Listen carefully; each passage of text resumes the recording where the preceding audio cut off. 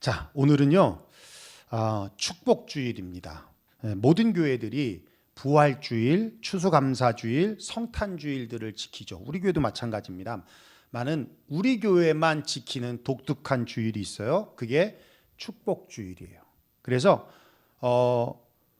개척 때부터 지금까지, 아니 제가 목회를 하면 이렇게 하겠다라고 하는 목회 철학을 가질 때부터 시작해서 제가 이제 실질적으로 목회를 한다는 개척 때에 이제 실행을 한 것이죠. 1월 셋째 주는 항상 축복주일로 정하고 1년에 제가 딱 한 번 11조와 헌금에 대한 복음적 메시지를 전합니다. 잠언서 22장 6절에 보면, 자, 우리 한번 읽어볼까요? 시작. 마땅히 행할 길을 아이에게 가르치라. 그리하면 늙어도 그것을 떠나지 아니하리라. 그렇습니다. 마땅히 자녀에게 가르쳐야 할 것을 가르쳐야 합니다.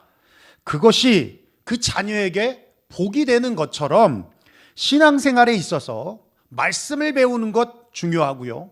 기도하는 것 정말 중요한데 그 중요한 것만큼 헌금에 대한 의미를 아는 것도 매우 매우 중요합니다. 왜냐하면 하나님의 복을 받는 것과 직접적인 연관이 있기 때문에 그렇습니다. 사복음서는 여러분 잘 아시겠지만 예수님의 공생의 3년의 사건을 집중적으로 다루고 있는데 내용들을 보면 팔복과 같은 영적인 삶에 대한 말씀도 있고요. 무리를 걷거나 무리 변해서 포도주가 되거나 하는 초자연적인 사건들도 기록해주고 있고 병자들을 고치시거나 귀신 들린 자들을 귀신을 추방시키는 일들도 기록해주고 있지만은 참 많은 부분들 중에 돈과 소유에 관한 말씀들을 기록하고 있더라는 거예요. 왜냐하면 돈과 소유에 대한 태도와 생각과 신앙적인 가치관이 영적인 삶과 전혀 무관하지 않기 때문에 그렇습니다. 자, 우리 마태복음 6장 19절로부터 21절 말씀인데요. 우리 한번 읽어볼까요? 시작. 너희를 위하여 보물을 땅에 쌓아두지 말라. 거기는 좀과 동록이 해하며 도둑이 구멍을 뚫고 도둑질하느니라. 오직 너희를 위하여 보물을 하늘에 쌓아두라. 거기는 좀이나 동록이 해하지 못하며 도둑이 구멍을 뚫지도 못하고 도둑질도 못하느니라. 내 보물 있는 그곳에는 내 마음도 있느니라. 그렇죠. 여러분 잘 아시는 말씀이죠. 그 다음에 나오는 말씀이 우리가 잘 아는 무엇을 먹을까, 무엇을 마실까, 무엇을 입을까 염려하지 말라.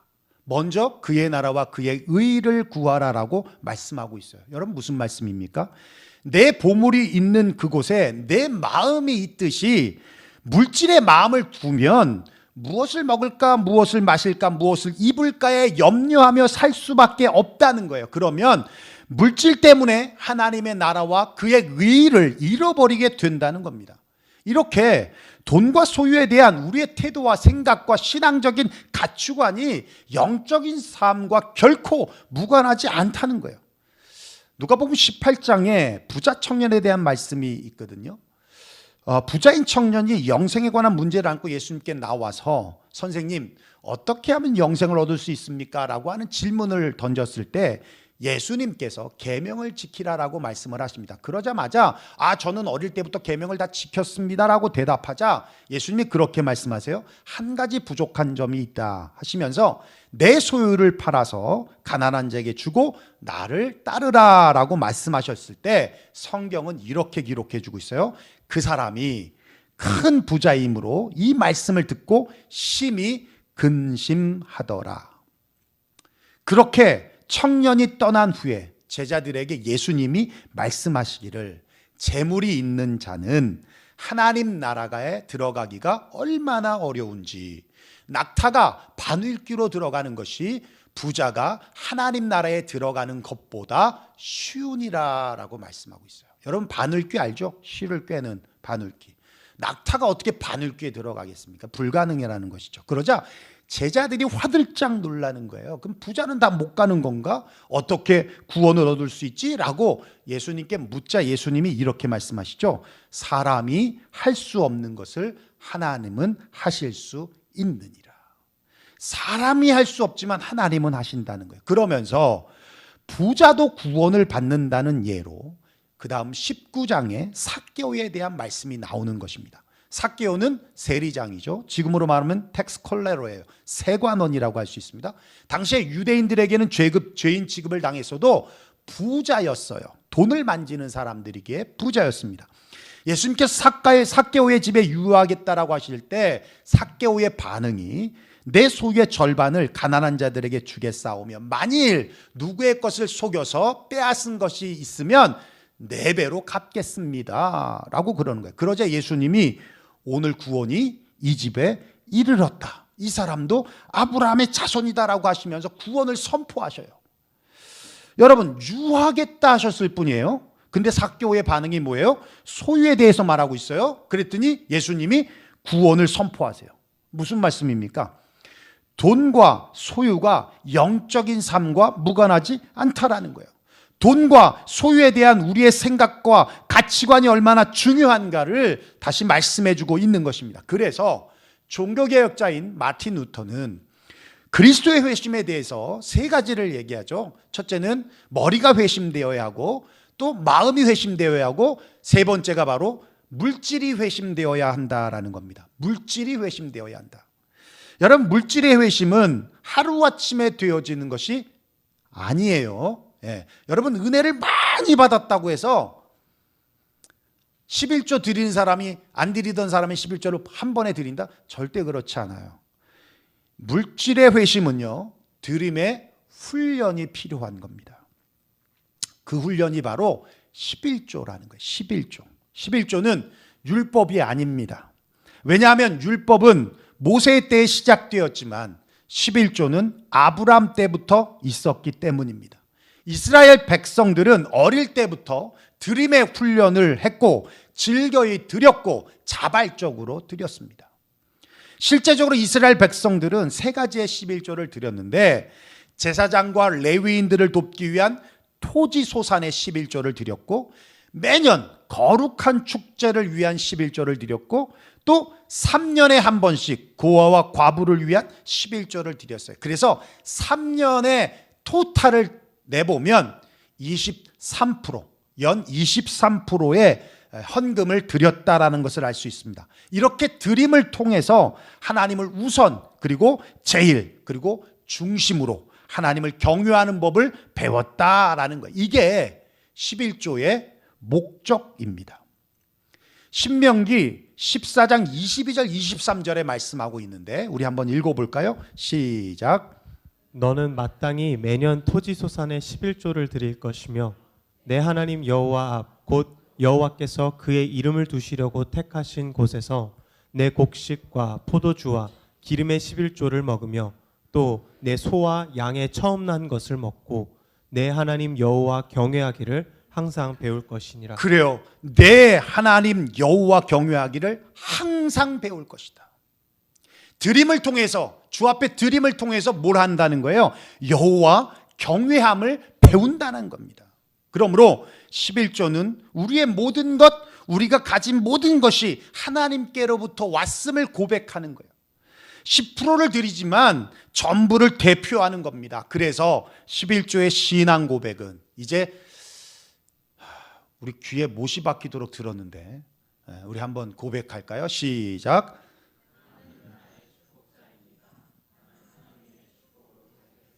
예, 하나님은 나의 축복자입니다. 나는 하나님의 축복으로 살겠습니다 라고 하는 고백이 11조의 신앙 고백이라는 겁니다. 여러분, 11조는 팁이 아닙니다. 팁은 감사의 표현이지만 서비스의 대가로 내가 베푸는 거예요. 그래서 서비스가 조금 나쁘면 20% 안 주죠. 예. 어떨 때는 5% 주고 나가는 경우도 있어요. 예. 근데 그러지는 마십시오. 서비스가 나빠도 그래도 못해도 18% 이상 주십시오. 예.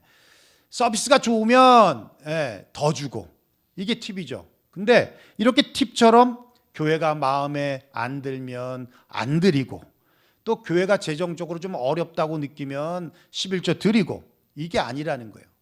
교회가 11조는 팁 주듯이 그렇게 생각해서는 안 된다라는 얘기입니다. 11조는 내 것을 내가 드리는 게 아니라 주님의 것을 주님의 것으로 다시 돌려드리는 것이 11조예요. 그래서 11조를 드리지 않던 이스라엘 백성들을 향해서 말라기 선지자가 아주 단호하게 말하잖아요. 우리 한번 읽어볼까요? 시작. 사람이 어찌 하나님의 것을 도둑질하겠느냐. 그러나 너희는 나의 것을 도둑질하고도 말하기를 우리가 어떻게 주의 것을 도둑질하였나이까 하는도다. 이는 곧 11조와 봉헌물이라. 예, 도둑질이라는 단어까지, 격한 단어까지 쓰시면서 말씀을 하세요. 이렇게 강한 어조로 말한 이유가 있습니다. 그렇게 드린 자에게 하나님이 축복하시기 때문에. 다음 절 읽어볼까요? 시작. 만군의 여호와가 이르노라. 너희의 온전한 11조를 창고에 들여 나의 집에 양식이 있게 하고 그것으로 나를 시험하여 내가 하늘 문을 열고 너희에게 복을 쌓을 곳이 없도록 붙지 아니하나 보라. 예, 시험하라. 복을 쌓을 곳이 없도록 붙지 아니하나 보라. 하나님을 어찌 감히 시험하겠습니까? 그런데 이 부분에서만큼은 시험하여 보라고 할 만큼 그렇게 하늘의 문을 열어서 신령한 복을 부어주시고 땅의 기름진 복을 풍성하게 채워주시겠다라고 약속하고 있다라는 것이죠. 여러분, 11조를 드리는 분들 중에 처음 11조를 드렸던 때를 기억하시는 분 계십니까? 처음 11조를 드렸던 그때 기억이 여러분 생생하십니까? 저는 아주 생생하게 기억을 하는데요. 고등학교 들어가면서 학교에서 저축을 장려하려고 통장을 만들었거든요. 30만 원짜리 통장을 만들었는데 고등학교 3학년 5월쯤에 이제 그걸 탔어요. 근데 30만 원 하니까 3만 원이 붙어 3만 점점점점 붙었어요. 어머니께 갖다 드렸더니 어머니가 3만 원은 넣으라고 그러면서 주셨는데 벌써 딱 계획이 되어 있죠. 벌써 돈이 지갑에 있으면 벌써 그 돈 다 쓴 겁니다. 머릿속에 어떻게 쓸 거라는 게 다 계획돼 있으니까. 그런데 갑자기 11조 생각이 나는 거예요. 저는 사실 그해 1월에 은혜를 받은 사람이고 얼마나 은혜를 받았는지 뭐 저는 기도만 하면 울었고요. 예배 드릴 때도 울었고요. 그렇게 눈물이 많아요, 제가. 근데 성가대를 했거든요. 성가대를 했는데 뭐 여러분도 아시겠지만 제가 솔로 할 목소리겠습니까? 노래를 잘하겠습니까? 근데 담임 목사님이 그 중고등부 담임하는 목사님이 지휘를 하셨는데 저를 솔로를 시키셨어요. 근데 아직도 잊지 못해요. 처음이자 마지막이니까. 그 가사가 뭐냐면 나 같은 못난 인간 이 찬양이에요. 왜 나한테 그걸 시켰는지 모르겠어요. 근데 그거 하면서도 울었어요. 귀신 들었나 싶을 만큼 우는 귀신 들었나 싶을 만큼 그렇게. 근데 11조는 전혀 전 생각을 안 했거든요. 근데 이제 그 돈이 생기고는 딱 11조가 딱 떠오른 거예요. 목사님 설교가 떠올라서 친구들에게 물어봤죠. 11조가 뭐냐? 그랬더니 10분의 1을 드리라는 거예요. 30만 원의 11조면 3만 원이고 그리고 3만 원의 11조는 3천 원이잖아요. 30만 원의 11조를 드리면 나는 개털되는 거고 3만 원의 11조를 드리면 그래서 3천 원 드리고 2만 7천 원이 남으니까 제 계획과 큰 차이가 없단 말이에요. 그런데 제 통장으로 이름을 제 이름으로 통장을 만들었으니 30만 원이 엄마한테 가도 그건 내 돈이다 생각하고 3만 원을 다 드리자 11조로 드리자 생각하고 여기다 넣고 갔어요. 잠바에다 넣어서 갔어요. 그런데 정말 아직도 생생합니다. 헌금 바구니가 이렇게 앞줄부터 오는데 이걸 드려야 될까 말아야 될까. 너무 심장이 콩캉콩캉 하는 거야. 나만 눈 감으면 끝나는 건데 그럼 난 계획대로 할 수 있는데 너무 갈등이 되는 거예요. 넣어야 될지 말아야 될지 너무 갈등이 되는데 앞에 딱 오는데 정말 내 앞에 서 있는 이 헌금 바구니가 이렇게 지나가잖아요. 근데 한 2초 정도를 여기 섰어. 이렇게 지나가는데 2초 정도 섰어. 이 2초가 너무 길게 느껴졌어요. 그러다가 모르겠다 그러고 넣었어요. 넣고 지나갔는데 11조를 딱 드리고 나니까 얼마나 마음이 편한지. 야, 세상 편합니다. 근데요. 그렇게 한번 드리고 나니까 그 다음에 11조 드리는 건 아무것도 아닌 거예요. 왜냐하면 제가 기껏 용돈 받아봤자 2만 원, 3만 원인데 2만 원, 3만 원에 2천 원, 3천 원이면 돈입니까? 3만 원을 드린 사람입니다. 3만 원을. 예, 그래서 그 다음부터는 하나도 부담이 안 되더라고요. 제가 지금까지 살면서 재정적으로 어렵거나 힘들었던 적이 사실 없습니다. 뭐 이거는 여러분 공감 못 하실 수 있는 내용이에요. 근데 그냥 들으세요. 그냥 들으세요. 제가 부목사 할 때 미국에서 저 한 교회를 섬겼어요. 부목사 할 때 교인 한 분이 줄리아드 음대를 다니는 딸이 있는데 등록금이 없어서 학교를 못 보내는 형편이라는 거예요. 그래서 저한테 얘기를 하기를, 저한테 꿔달라는 게 아니었어요. 3,000불 정도만 있으면 일단은 해서 들어갈 수 있는데 그게 없다고 그러시는 거예요. 저한테 꿔달라는 얘기는 아니셨어요. 근데 제가 그 말을 들으니까 부담이 되잖아요. 제 입장에서는. 그래서 사모한테 얘기를 했더니 우리 다음 달 내야 될 그 렌트비라고 그러길래 그래도 뭐 한 10일 정도만 며칠만 해주시면 돈이 돌아온다니까 드립시다. 예? 그래서 우리가 3,000불을 드렸어요. 예? 드렸는데 렌트비는 다음 달 렌트비 막 오는데 이분이 10일이 지났는데 돈을 안 줘. 공감 못 하시죠? 네. 근데 전 그렇게 힘들더라고요, 그게. 와, 렌트비를 못 낼 거라는 생각을 하니까 너무 힘들더라고요. 네. 근데 나중에 다 주셨는데, 물론 시간은 맞추지 못하고 주시긴 했지만 주셨는데, 모르겠어요. 저는 제가 살면서 보면 돈 문제가 제일 힘들지 않을까 생각해요. 우리 일반 성도님들 보면 정말 렌트비 낼 게 없다든지 아이들에게 해줘야 될 걸 못 해준다랄지 그럴 때 정말 그게 힘들지 않을까? 너무너무 힘든 거 아닐까라는 생각을 하는데, 저는 사실 개인적으로 재정적으로 이렇게 힘든 것을 개인적으로 겪어보지 못했어요. 제가 섬기는 부목사로 섬겼을 때도 6개월 사례비를 못 받았습니다. 6개월 사례비를 못 받았음에도 불구하고 살았어요. 예, 살았습니다. 나중에 이제 제가 그 교회를 떠나면서 6개월치 뭐 다는 못 받았지만 또 제가 또 감사한 걸 더 많이 드리고 나머지 받고 나오긴 했지만 그렇게도 살았어요. 예. 그만큼 제가 무슨 명품을 사고 그런 적은 없지만 하나님은 필요할 때 그때 채워주셨는데, 제가 살아가는 생활비뿐만 아니라 교회적으로도 제가 교회적으로도 항상 부족함 없이 했어요. 여러분 믿지 않겠지만 제가 한국에서 부목사 할 때는요, 엘란트라를 끌고 다녔거든요. 스승의 날, 지금 뭐 스승의 날도 없지만 여기는 스승의 날 and my birthday 생일 때 엘란트라 트렁크에 가득 찼습니다. 선물이.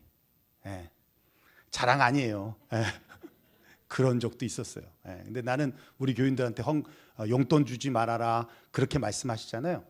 말씀드리잖아요. 절대 그러지 마십시오. 그리고 제가 부목사로 이게 있을 때 사무실 내서 제가 이제 우리 전도사님들 뭐 목사님들 제가 이렇게 데리고 있을 때도 항상 금고에 70만 원, 80만 원씩 있었어요.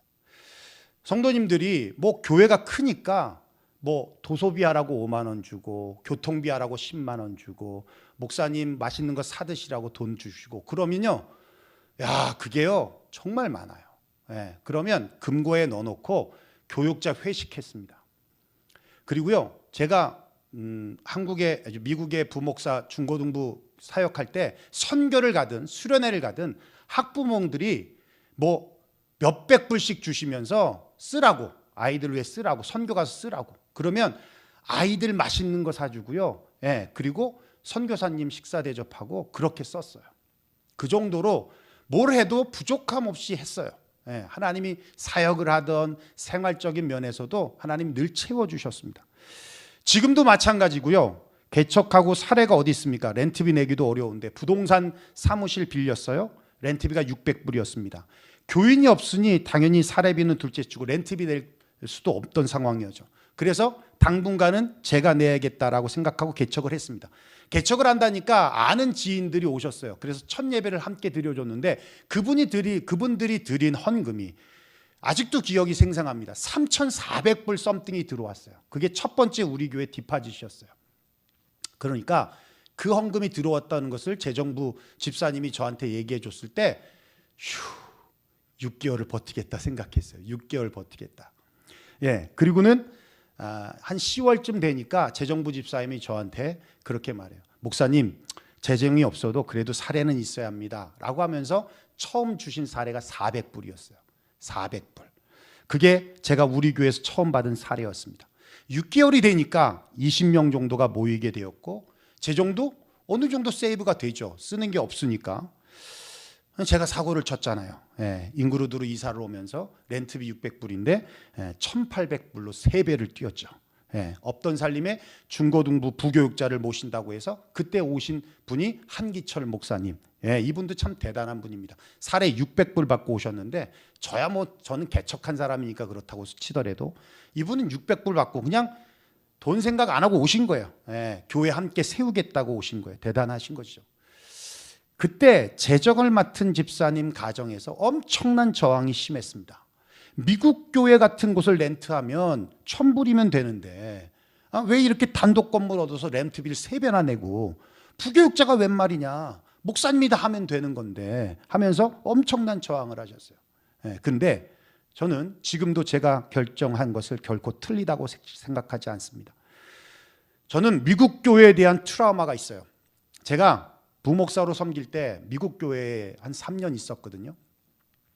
담임 목사님은 4월 달에 부흥에 있으니까 교회 잡아놔 이렇게 말하면 끝이죠. 예.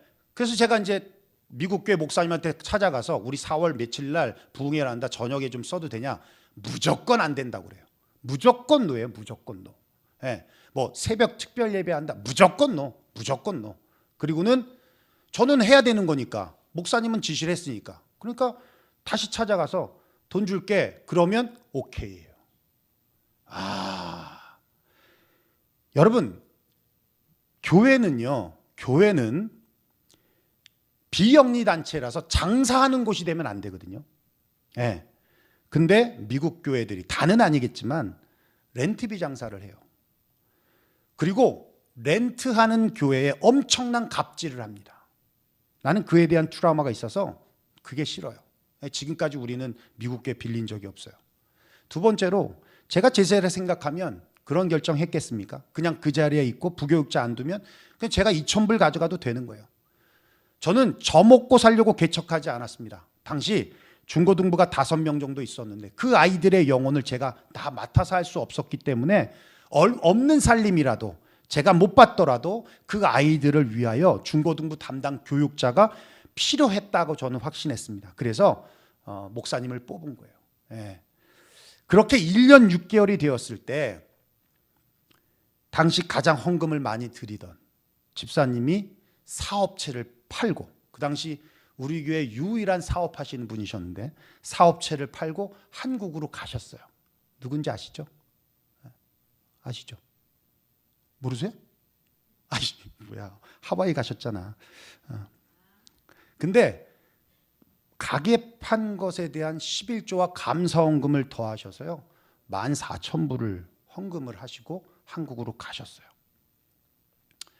예, 당시 제가 1,000불 정도 사례를 받았는데 교회 재정 생겼다고 못 받은 거 다 소급해서 정산해서 챙기지 않았습니다. 한 푼도 손대지 않았어요.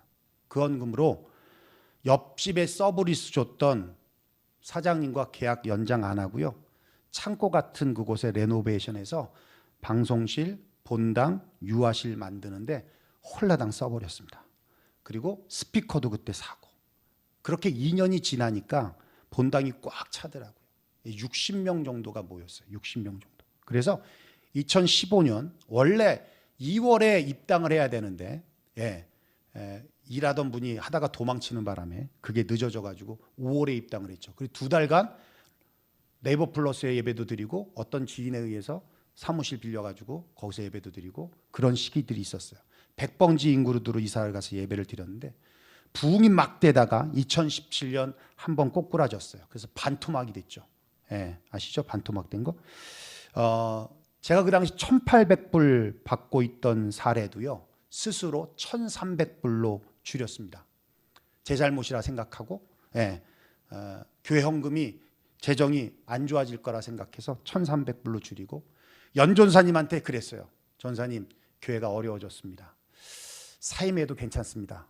내가 배신자라고 안 할 테니, 예, 전사님 앞에 드리던 그나마 1,000불 드리는 거 못 드릴 것 같습니다. 500불밖에 못 드릴 것 같습니다. 사임해도 괜찮습니다. 했더니 상관없다고 그러시면서 저분이 의리 있게 지키셨어요. 예, 예. 연전사님도 500불 받으면 본인 돈을 더 쓰십니다. 예, 그렇게 해서 왔어요. 2017년 1,300불, 2018년 1,800불, 2019년 2,300불, 2020년도 2,300불. 일부는 다 얘기했어요. 2부는 인터넷으로 나가니까 여기까지 하겠습니다. 2007년 부목사 때 받았던 사례를 이제 받아요. 여기 어떤 교회는요, 부교육자 연봉이 8만 불이랍니다. 야, 그걸 여러분들 진짜 생각을 바꿔야 돼. 그거 놀래면 안 돼요. 아니, 부교육자들은 안 먹고 삽니까? 야, 그러니까 신학교에 신학생이 없는 거예요. 교회가 돈을 안 주니까 생활이 안 돼. 맨날 목사들은 맨날 가난하게 살아야 돼. 아니, 가난하게 사는 거 좋아. 근데 기본은 해줘야지. 기본은. 예. 근데 부교육자들 보면요, 그만큼 못 받아요. 예. 모르겠어요. 여기까지. 예. 근데 작년에 우리 사모가 일을 그만뒀습니다. 올해 이따 공동회의 하겠지만 올해 사례 안 올렸어요. 예. 안 올렸습니다. 사모 그만뒀으니까 올해 뭐 더 올려서 그러지 않았습니다. 교회 재정이 없어서가 아니에요. 이따가 공동회의에 발표하겠지만 교회 통장에 대출 받은 것까지 하면요, 15만 불이 넘습니다. 많이 있어요. 그런데 올해 예산을 짜보니까 제 사례 올리고 하면 너무 예산이 높아지는 거예요. 작년 결산에 15%를 인상해서 짰는데 제 사례 올리면 20%가 넘어요. 특별히 엄청난 부흥이 일어나지 않으면 올해는 적자가 나는 겁니다. 그러면 당연히 있는 재정을 써야 한다는 거예요. 나는 그건 아니라고 생각하는 거예요. 선교나 교육이나 부교육자를 더 쓰는 데에 적자를 나는 건 오케이. 그건 제 사례를 깎아서라도 메울 수 있어요. 그런데 제 사례비 때문에 적자가 난다? 이건 제 신앙적 마인드가 용납을 못합니다. 지금까지 그렇게 해왔어요. 그래서 그런지 모르겠는데 우리 교회는 적자가 없었습니다. 올해도 만불에, 작년에도 만불 흑자가 났는데 부흥은 많이 안 됐어요. 근데 재정은 늘 상승했습니다. 지난 10년을 돌아보면 제가 한 가지 확신하는 것, 저의 선택이 옳았다라는 거예요. 저는 돈을 쫓지 않았습니다. 있으면 있는 대로, 없으면 없는 대로 주의 사명에만 올인했고, 지금까지 한 번도 예외 없이 매년 한두 차례 꼭 얘기하는, 교인들한테 돈 받지 않는다, 부교육자들한테 돈 주지 말아라 하고 말씀드리는 것 또한 그렇게 해왔습니다. 주님께서 허락하신 성도들에게 올인했고, 성도들을 위해 기도했고, 말씀에 전념했고, 모르겠습니다. 경기가 어렵다고 하지만 우리 성도들은 그래도 꾸준히 직장 다니고요, 꾸준히 좋아지고 있고요, 비즈니스도 또 잘하고 계십니다. 얼마나 감사한지 모르겠습니다. 저도 제 인생에 재산이 있을 거라고는 단 한 번도 생각해 본 적이 없는데, 늘 적자 인생이었는데 집이라고 하는 재산이 생겼어요. 제가 이 자리에 말씀드리지만 개척할 때도 말씀드렸어요. 근데 여기 보니까 아시는 분이 아무도 없을 것 같아서 다시 말씀을 드립니다. 사모가 먼저 하늘나라에 가신다면, 그럴 일은 별로 없겠죠. 가신다면 제가 소천할 때 제 모든 재산은 장학재단을 만들어서 다 기부를 할 것입니다. 여러분이 증인입니다. 인재를 기르는데 쓰여지도록 할 예정입니다. 조건은 사모가 먼저 가는 조건이죠. 제가 먼저 가면 그건 모르겠습니다. 그건 사모가 알아서 할 문제지 제가 알아서 할 문제가 아니에요. 예. 그렇지만 약속할게요. 제가 가기 전에 다 쓰진 않겠습니다. 제가 가기 전에 다 쓰지는 않겠습니다. 예. 그리고 2016년부터 2015년부터인가 교회가 재정이 좀 힘들었어도 노치혁 장로님 계시면서 이분이 비즈니스를 하셨던 분이기도 하고 직장생활 하셨던 분이라 그런지 목사님도 은퇴연금이 있어야 합니다라고 하셔서 그때부터 은퇴연금을 했어요. 그래서 그 당시에는 250불 교회에서 주시면 제가 250불 보태서 은퇴연금을 드렸습니다. 그리고 2018년 19년도인가 재정이 좀 여유로워져서 그때 500불을 다 교회에서 은퇴연금으로 부어주셨어요. 그 은퇴연금은 제가 개인적으로 통장으로 갖고 있는 게 아니라 연금 보험에 가입되어 있어서 지금 한 4만 불, 5만 불 정도 될래나? 그 정도 돼요. 예. 이 연금은 왜 드리는 거냐면 제가 여러분 교회에서 은퇴를 할 때 교회에 부담을 주지 않기 위해서 하는 거예요. 무슨 말씀인지 아시죠? 제가 은퇴하는데 뭐 은퇴하니까 은퇴비 달라고 그래가지고 몇십만 불 이렇게 받지 않으려고 은퇴연금을 지금 들고 있는 겁니다. 그래서 제가 은퇴할 때도 여러분 교회가 부담 없이 그냥 안녕히 가세요라고 할 수 있을 만큼 그래서 은퇴연금을 붓고 있는 겁니다. 그건 제가 생활에 쓰여지는 돈이 아니에요. 그래서 참 뒤를 돌아보면 어떻게 살았는지 모르지만 지금까지 잘 살고 있는 것 보면 하나님의 은혜와 축복임에 분명합니다. 제가 고등학교 3학년 때 이야기를 드린 것은 그때 처음 드렸던 3만 원의 11조가 저에게는 물질의 시험이었고 그 물질의 시험을 통과하니까 지금까지 개척해서 수입이 없어도 물질에서 부족함이 없도록 하나님이 채워주셨어요. 여러분 11조를 열심히 드리는데 하나님께서 축복해 주실 거라고 하는 믿음과 확신이 없다면 온전한 11조가 아닌 것입니다. 오늘 예수님께서 말씀하고 있어요. 화 있을진저 외식하는 서기관과 바리새인들이요 너희가 박하와 회양과 근처의 11조를 드리되 율법에 더 중한 바 정의와 긍휼과 믿음은 버렸도다. 그러나 이것도 행하고 저것도 버리지 말아야 할지니라. 외식하는 바리새인들과 서기관들의 11조 행위를 보고 책망하시는 것입니다. 그들은 박하와 회양과 근처의 11조 그러니까 철저하게 계산적으로 철저하게 드렸지만 의인과 신은 버렸다는 거예요. 그러면서 주님 말씀하시기에 이것도 행하고 저것도 버리지 말아야 한다. 이것도 행하고 저것도 버리지 말아야 한다. 정의롭게 긍휼함으로 믿음으로 드려야 한다는 겁니다. 정의라는 것은 거룩함 즉 구별함이에요. 주님께 드리는 11조는 구별되어야 한다는 겁니다. 잠언서 3장 9절인데 한번 읽어볼까요? 시작. 내 재물과 내 소산물의 처음 익은 열매로 여호와를 공경하라. 첫 예물 또한 첫 수확, 첫 소산. 이 첫이라는 단어는 항상 의미가 있죠. 가장 우선 가장 좋은 것을 드린다는 겁니다. 먹고 남은 것을 드리는 것이 아닙니다. 긍휼이라 함은 사랑함입니다. 주님을 사랑하면서 드리는 거예요. 고린도서 9장 7절입니다. 한번 읽어볼까요? 시작. 각각 그 마음에 정한 대로 할 것이요 인색함으로나 억지로 하지 말지니 하나님은 즐겨내는 자를 사랑하느니라. 하나님은 즐겨내는 자를 사랑하신다. 바울이 이렇게 말한 이유가 있습니다. 기쁨으로 드리는 사람은 하나님을 사랑하여 드리는 자이지만 그렇게 드리는 사람은 드림을 통하여 더 깊이 하나님을 사랑하게 된다는 얘기예요. 믿음이라 함은 신앙 고백입니다. 즉 하나님은 축복자이면 나는 하나님의 축복으로 살겠습니다라는 신앙 고백과 함께 주님이 응답하실 것에 대한 소망과 설레임으로 드리는 거예요.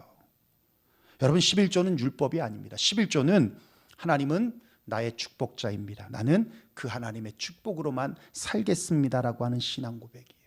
10분의 1을 드리는 것 드리지 않던 분들에게는 결코 쉬운 일이 아니겠습니다만은 여러분 그 물질의 시험을 한번 통과해 보십시오. 거룩한 한번 도전을 해 보십시오. 그리고 주님이 부어주시는 축복을 간증할 수 있기를 바랍니다.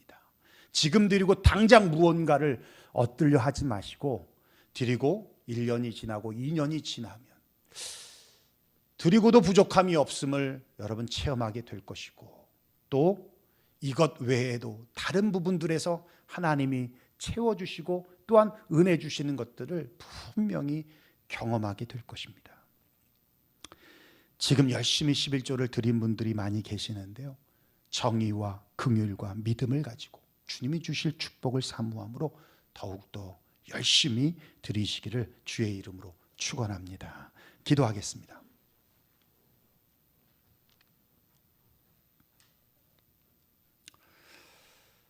오늘 말씀 들은 대로 우리 함께 기도했으면 좋겠습니다.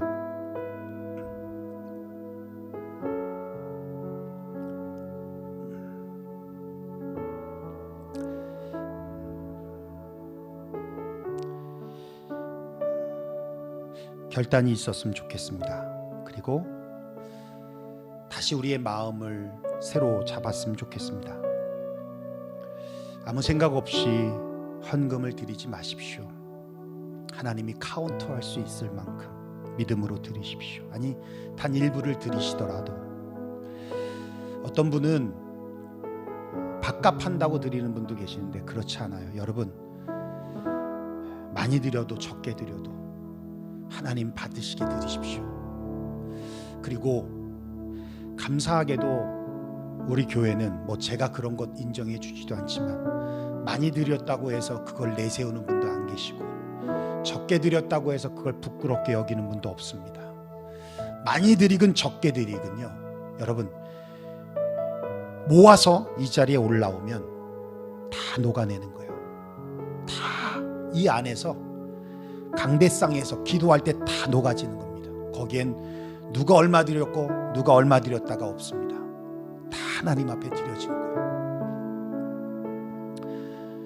그리고 그 물질은 주님을 위해서 쓰여지는 겁니다. 11조를 드리지 못하는 분 계시다면 여러분 결단하십시오.